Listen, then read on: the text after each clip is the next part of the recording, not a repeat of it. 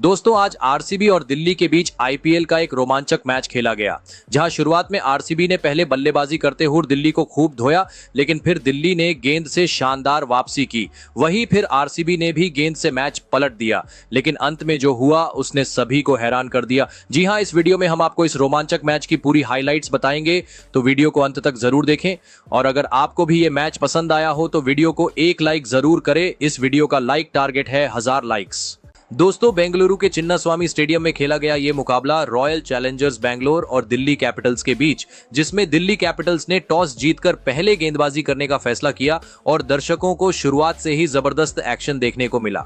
RCB की ओर से opening करने उतरे विराट कोहली और इंग्लैंड के ढाकड़ बल्लेबाज फील सॉल्ट। पहले ओवर में दोनों बल्लेबाज सतर्क रहे और रन गति थोड़ी धीमी रही, लेकिन दूसरे ओवर में जो हुआ उसने मैच की टोन सेट कर दी। अक्षर पटेल के ओवर में फील सॉल्ट ने पहला हमला बोला। पहले एक शानदार छक्का मारा, फिर अगली गेंद पर करारा चौका। तीसरा ओवर लेकर आए मिशेल स्टार्क, लेकिन ये ओवर उनके लिए एक बुरे सपने की तरह साबित हुआ। फील सॉल्ट ने पहली गेंद को मिड ऑन के ऊपर से छक्के के लिए भेजा, फिर दूसरी गेंद पर बैकवर्ड पॉइंट पर चौका। तीसरी गेंद को फिर से मिड ऑन की दिशा में चौके के लिए धकेल दिया। चौथी गेंद पर स्टार्क ने नो बॉल फेंकी और उस पर भी सॉल्ट ने चौका जड़ दिया। अगली फ्री हिट पर गेंद बल्ले के टॉप एज से लगी और विकेट कीपर के ऊपर से उड़ती हुई सीधे बाउंड्री पार 6 रन के लिए चली गई। पांचवी गेंद पर सॉल्ट ने सिंगल लिया और फिर आखिरी गेंद पर विराट कोहली ने भी चौका जड़कर ओवर को धमाकेदार अंदाज में खत्म किया। इस एक ओवर में 30 रन बने और सिर्फ 3 ओवर के अंदर ही आरसीबी का स्कोर 50 रन के पार पहुंच गया था। चौथे ओवर में विराट कोहली ने एक बार फिर अक्षर पटेल को निशाने पर लिया और एक खूबसूरत छक्का जड़ा।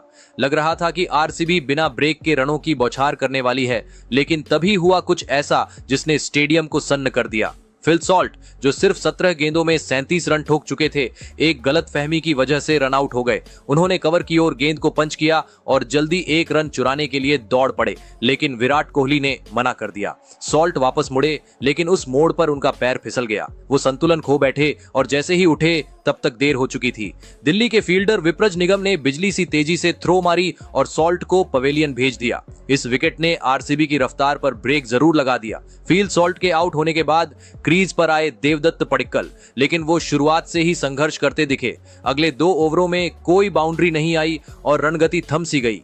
छठे ओवर में मुकेश कुमार ने पडिक्कल को ऑफ कटर डालकर फंसा लिया। बल्ले से गेंद ठीक से कनेक्ट नहीं हुई और कैच आउट हो गए। पडिक्कल ने 8 गेंदों में सिर्फ 1 रन बनाया। अब क्रीज पर आए राजत पाटीदार। पावर प्ले के बाद 6 ओवर में आरसीबी का स्कोर 64 रन पर 2 विकेट हो चुका था। 7वां ओवर लेकर आए विप्रज निगम। विराट कोहली ने शुरुआत में उन पर दबाव बनाने की कोशिश की और एक शानदार छक्का भी जड़ा, लेकिन अगली ही गेंद पर विप्रज ने विराट कोहली को कैच आउट करा दिया। कोहली ने 14 गेंदों में 22 रन बनाए। अब क्रीज पर आए लियाम लिविंगस्टोन, लेकिन दिल्ली की गेंदबाजी ने अब पूरी तरह से नियंत्रण हासिल कर लिया था। रन गति गिरती जा रही थी और आरसीबी का मिडिल ऑर्डर बिखरने लगा। 10वें ओवर में मोहित शर्मा ने लिविंगस्टोन को सिर्फ 6 गेंदों में 4 रन पर आउट कर दिया। एक समय जिस टीम ने 3 ओवर में 50 रन बनाए थे, 10 ओवर तक आते आते सिर्फ 90 रन था और 4 अहम विकेट गंवा चुकी थी। क्रीज पर मौजूद थे राजत पाटीदार और नए बल्लेबाज जितेश शर्मा। इन दोनों से उम्मीद थी कि वो पारी को संभालेंगे। 12वें ओवर में पाटीदार ने एक शानदार चौका जड़कर टीम के 100 रन पूरे कर दिए। स्टेडियम में बैठे दर्शकों ने कुछ राहत की सांस ली, लेकिन ये राहत ज्यादा देर टिक नहीं पाई। 13वें ओवर में गेंदबाजी पर आए दिल्ली के अनुभवी स्पिनर कुलदीप यादव। उन्होंने जितेश शर्मा को ऐसे फंसाया कि बल्लेबाज को समझ ही नहीं आया। जितेश काफी संघर्ष कर रहे थे और आखिरकार 11 गेंदों में सिर्फ 3 रन बनाकर आउट हो गए। इस विकेट ने आरसीबी की परेशानियों को और गहरा कर दिया। दबाव लगातार बढ़ता जा रहा था और दिल्ली की गेंदबाजी शानदार कंट्रोल में दिख रही थी। जितेश शर्मा के आउट होने के बाद क्रीज पर आए कृणाल पांड्या। अब आरसीबी के पास 2 अनुभवी बल्लेबाज थे जो क्रीज पर टिक सकते थे, लेकिन दिल्ली के गेंदबाजों, खासकर स्पिनरों ने ऐसी कसावट दिखाई कि बाउंड्री जैसे गायब हो गई। 15वां ओवर फिर से कुलदीप यादव लेकर आए और इस बार उन्होंने आरसीबी को सबसे बड़ा झटका दिया और राजत पाटीदार को चलता किया। पाटीदार ने 23 गेंदों में 25 रन बनाए। अब आरसीबी का स्कोर था 117 रन पर 6 विकेट। लग रहा था जैसे टीम 150 तक भी नहीं पहुंच पाएगी। राजत पाटीदार के आउट होने के बाद मैदान पर आए विस्फोटक बल्लेबाज टिम डेविड, लेकिन शुरुआत में उन्हें भी स्ट्राइक रोटेट करने में दिक्कत हो रही थी। 15वें ओवर से लेकर 17वें ओवर तक आरसीबी सिर्फ रन जोड़ रही थी, लेकिन बाउंड्री नहीं आ रही थी। ओवर दर ओवर प्रेशर बढ़ता जा रहा था। 18वें ओवर में गेंदबाजी करने आए युवा गेंदबाज विप्रज निगम ने कृणाल पांड्या को ऐसा फंसाया कि वो बड़ा शॉट खेलने के चक्कर में कैच आउट हो गए। कृणाल पांड्या ने 18 गेंदों में 18 रन बनाए।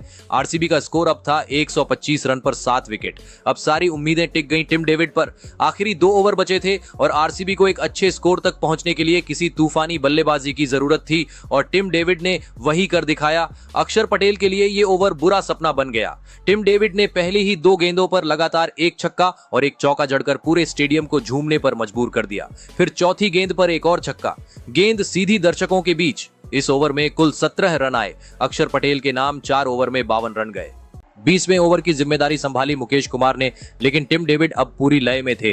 उन्होंने पहली ही गेंद पर लंबा छक्का मारकर टीम के 150 रन पूरे कर दिए। तीसरी गेंद पर उन्होंने डीप स्क्वायर लेग के ऊपर से एक और छक्का उड़ा दिया। आखिरी गेंद पर उन्होंने एक्स्ट्रा कवर के ऊपर से चौका जड़कर ओवर का शानदार अंत किया। कुल मिलाकर इस ओवर से आए 19 रन। आरसीबी ने 20 ओवर में 7 विकेट के नुकसान पर 163 रन बनाए। एक समय जब टीम 120 पर 7 थी तब ये स्कोर भी मुश्किल लग रहा था, लेकिन टिम डेविड की धमाकेदार बल्लेबाजी ने अंत में टीम को सम्मानजनक स्कोर तक पहुंचा ही दिया। टिम डेविड ने आखिर के 2 ओवरों में अकेले 36 रन ठोके और नाबाद पारी खेली, जिसने टीम को संभल दिया। उन्होंने 20 गेंदों में 37 रन बनाए। दिल्ली की गेंदबाजी की बात करें तो 2 नाम सबसे ऊपर रहे, कुलदीप यादव और विप्रज निगम। कुलदीप यादव ने 4 ओवर में सिर्फ 17 रन देकर 2 विकेट लिए। वहीं विप्रज निगम ने 4 ओवर में 18 रन देकर 2 विकेट झटके और फील्डिंग में भी उनका रनआउट बहुत अहम साबित हुआ। दिल्ली कैपिटल्स को चिन्नास्वामी स्टेडियम में जीत के लिए 164 रनों का लक्ष्य मिला। एक ऐसा स्कोर जो इस मैदान की तेज पिच और छोटी बाउंड्री के हिसाब से मुश्किल नहीं। 164 रनों का पीछा करने जब दिल्ली की टीम मैदान में उतरी तो ओपनिंग की जिम्मेदारी संभाली फाफ डू प्लेसिस और युवा फ्रेजर मैकगर्क ने, लेकिन आरसीबी की गेंदबाजों ने शुरू से ही ऐसा दबाव बनाया कि दोनों सलामी बल्लेबाज टिक नहीं सके। पहला ओवर अनुभवी भुवनेश्वर कुमार ने फेंका और उन्होंने अपनी स्विंग और लाइन से बल्लेबाजों को बांध कर रखा। ओवर से सिर्फ 1 रन आया। दूसरे ओवर में गेंद संभाली यश दयाल ने और उन्होंने तुरंत असर डाला। तेज रफ्तार गेंद, ऑफ स्टंप के बाहर हल्की उछाल। फाफ ने कवर ड्राइव खेलने की कोशिश की, लेकिन टाइमिंग चूक गए और गेंद सीधा मिड ऑफ पर राजत पाटीदार के हाथों में जा समाई। फाफ डू प्लेसिस सिर्फ 7 गेंदों में 2 रन बनाकर पवेलियन लौटे। दिल्ली को पहला झटका जल्दी ही लग गया। तीसरे ओवर में भुवनेश्वर कुमार ने एक बार फिर अनुभव का परिचय दिया। इस बार उनका निशाना थे फ्रेजर मैकगर्क। जितेश ने एक मुश्किल कैच को स्टाइलिश अंदाज में लपक लिया। मैकगर्क ने 6 गेंदों में 7 रन बनाए और दिल्ली का दूसरा विकेट गिर चुका था। अब मैदान पर थे केएल राहुल और अभिषेक पोरेल। इन दोनों ने कुछ देर तक पारी को थामने की कोशिश की। राहुल ने 1-2 शानदार चौके लगाए, वहीं पोरेल ने भी अपने हाथ खोलने की कोशिश की, लेकिन आरसीबी की टाइट गेंदबाजी के सामने पोरेल जूझते नजर आए।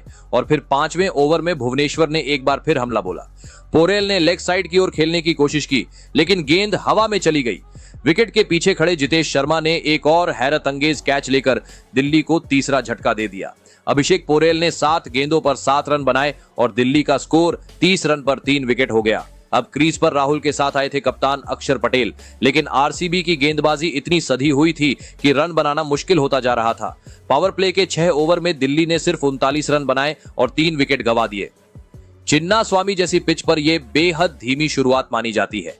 पावर प्ले के बाद जब बॉलिंग में बदलाव किया गया तो जॉश हाजलवुड और युवा लेग स्पिनर सुयाश शर्मा गेंदबाजी पर आए। दोनों ने बल्लेबाजों को बांध कर रख दिया। केएल राहुल और अक्षर पटेल ने कुछ देर तक संघर्ष किया। बीच बीच में बाउंड्री भी आई, लेकिन रन गति कभी रफ्तार नहीं पकड़ सकी। 9वें ओवर में सुयाश शर्मा ने अपनी चतुराई दिखाई। उन्होंने अक्षर पटेल को चकमा दे दिया। अक्षर ने शॉट खेलने की कोशिश की, लेकिन गेंद हवा में चली गई और आसान कैच में बदल गई। अक्षर पटेल ने 11 गेंदों में 15 रन बनाए। एक बार फिर दिल्ली को तब झटका लगा जब उन्हें टिक कर खेलने की जरूरत थी। इस विकेट से आरसीबी का आत्मविश्वास और बढ़ गया। अक्षर के आउट होने के बाद मैदान में आए ट्रिस्टन स्टब्स। 10 ओवर समाप्त हो चुके थे और दिल्ली को जीत के लिए बाकी थे पूरे 100 रन। 10 ओवर के बाद जब दिल्ली को अभी भी करीब 100 रन की दरकार थी, तब मैदान पर जो संयम और हिम्मत की जरूरत थी वो राहुल ने बखूबी दिखाई। शुरुआत में विकेट गिरने के बाद उन्होंने जिम्मेदारी से खेला, लेकिन जब विकेट थमे तो उन्होंने गियर बदला और आरसीबी पर पलटवार कर दिया। 12वें ओवर में राहुल ने अपने पुराने साथी कृणाल पांड्या को निशाने पर लिया। पहली बॉल पर हल्के हाथ से ड्राइव खेलकर चौका और फिर अगली ही गेंद पर लॉन्ग ऑन के ऊपर से गगनचुंबी छक्का जड़ दिया। मैदान में जैसे अचानक ऊर्जा आ गई और दिल्ली की डगमगाती नाव फिर से लय में लौटती दिखी। अब राहुल का आत्मविश्वास 7वें आसमान पर था। अगला ओवर डालने आए लियाम लिविंगस्टोन, जो स्पिन से रन रोकने की कोशिश कर रहे थे, लेकिन राहुल के इरादे अब कुछ और ही थे। उन्होंने पहले ऑफ साइड पर एक शानदार कवर ड्राइव से चौका मारा और फिर लॉन्ग ऑन की दिशा में एक शानदार छक्का जड़ा। इस हमले ने न सिर्फ स्कोरबोर्ड को तेज किया बल्कि आरसीबी के प्लान को भी हिला दिया।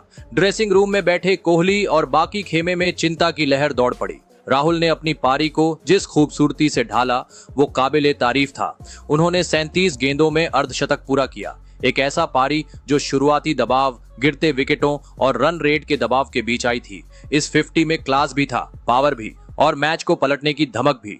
अब आए जोश हेजलवुड, लेकिन राहुल अब पूरी तरह सेट हो चुके थे। उन्होंने ओवर की पहली 2 गेंदों पर लगातार 2 चौके मारे, एक स्क्वायर लेग की दिशा में और एक पॉइंट के ऊपर से। इस ओवर में स्टब्स और राहुल की साझेदारी ने भी 50 रन पार कर ली। एक ऐसी साझेदारी जो दिल्ली को मैच में वापस ले आई थी। राहुल इस ओवर को और खास बनाना चाहते थे, इसलिए 5वीं गेंद पर फिर चौका मारा और आखिरी गेंद पर गेंदबाज के सिर के ऊपर से एक शानदार छक्का। ओवर से कुल 22 रन आए और मैच की तस्वीर पूरी तरह बदल गई। 15 ओवर के बाद दिल्ली का स्कोर मजबूत हो चुका था। अब आखिरी 5 ओवर में 43 रन चाहिए थे। आरसीबी के गेंदबाजों पर दबाव लगातार बढ़ता जा रहा था और केएल राहुल के धमाकेदार अंदाज के बाद अब ट्रिस्टन स्टब्स ने भी अपना रंग दिखाना शुरू कर दिया। 16वें ओवर में सुयश शर्मा की गेंदबाजी पर स्टब्स ने अपने हाथ खोले और बेधड़क खेलते हुए पहले एक खूबसूरत चौका मारा। गेंद सीधी कवर के ऊपर से निकली और सीमा रेखा पार कर गई।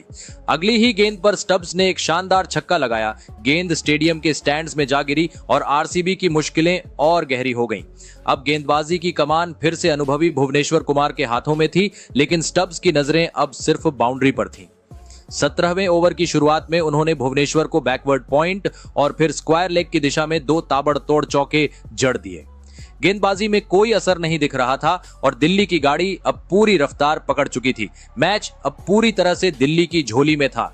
18 गेंदों में केवल 18 रन की जरूरत थी और क्रीज पर मौजूद थे केएल राहुल और स्टब्स जैसे 2 सेट बल्लेबाज। आरसीबी के लिए अब सिर्फ एक करिश्मा ही मैच को पलट सकता था, लेकिन अगला ओवर लेकर आए यश दयाल पर केएल राहुल कुछ और ही मूड में थे। उन्होंने जैसे तय कर लिया था कि अब ये खेल यहीं खत्म करना है। ओवर की शुरुआत में ही राहुल ने जोरदार शॉट्स लगाए, एक लॉन्ग ऑन की दिशा में छक्का, फिर एक जोरदार पुल शॉट से चौका। राहुल ने मैच को जैसे अपनी मुट्ठी में भर लिया हो। 17.5 ओवर में ही दिल्ली ने 164 रन का लक्ष्य हासिल कर लिया और एक तरफा लग रहे इस मुकाबले को अपने नाम कर लिया। केएल राहुल की ये पारी किसी मास्टर क्लास से कम नहीं थी। 53 गेंदों में 93 रन, जिसमें 7 चौके और 6 लंबे छक्के शामिल थे। वहीं ट्रिस्टन स्टब्स ने भी 23 गेंदों में 38 रन बनाकर उनका भरपूर साथ निभाया। दिल्ली के इस जबरदस्त रनचेज ने आरसीबी को पूरी तरह चौंका दिया और ये जीत उनके सीजन की सबसे यादगार जीतों में से एक बन गई। तो दोस्तों, आपके हिसाब से आरसीबी की इस हार की वजह क्या है और दिल्ली की इस जीत का हीरो कौन है? कमेंट जरूर करें।